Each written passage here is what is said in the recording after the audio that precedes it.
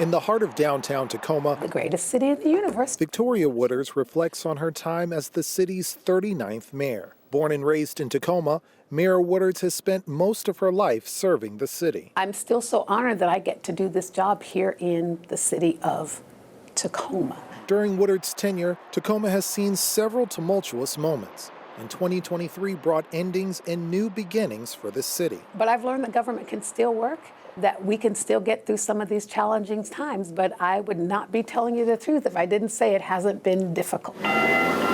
Late last year, Tacoma entered a new phase to address the challenge of housing and homelessness. In the past, the city has struggled to meet the rising demand for affordable housing. Many of Pierce County's resources focused on Tacoma, attracting those struggling with homelessness from across Pierce County. I don't have data that will tell you, that, yes, 20 people who are homeless came from this zip code and 50, I don't have that kind of data, but it absolutely, I believe, played a part in exacerbating the issue that we saw here in Tacoma. According to the 2023 point-in-time count, homelessness in Pierce County rose by 14% from 2022 and is expected to increase this year as well. Tacoma voters approved a new initiative last November designed to provide stronger protections for tenants and keep them housed. Now, Woodards says the goal is to educate Tacoma's renters. Because it's great to pass Prop 1, it's great for us to pass our policies, but if people don't understand how they work and what their rights are and how to use them,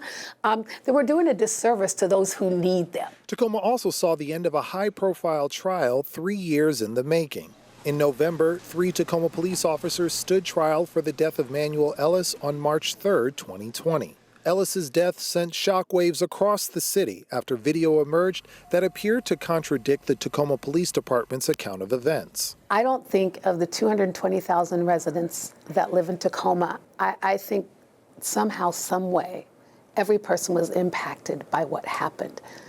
And that's tough. The incident led to police reform throughout Washington state. The state launched its own investigation into Ellis's death, charging 3 police officers for their actions that night. Meanwhile, Woodards and Tacoma waited for answers. When I heard or saw or talked to people, and even when I just thought about the Ellis family, it wasn't easy. The jury acquitted all 3 officers, who have since left the force. Woodards says the city adopted important reforms. Since Ellis's death, Tacoma has rewritten the use of force policies for the police department, mandated the use of body cams and dash cams, and established community service officers to provide alternative responses to emergencies. Now, with only 2 years left in her term, Woodards has advice for the next person to sit in her chair. When they say anything can happen, anything can happen.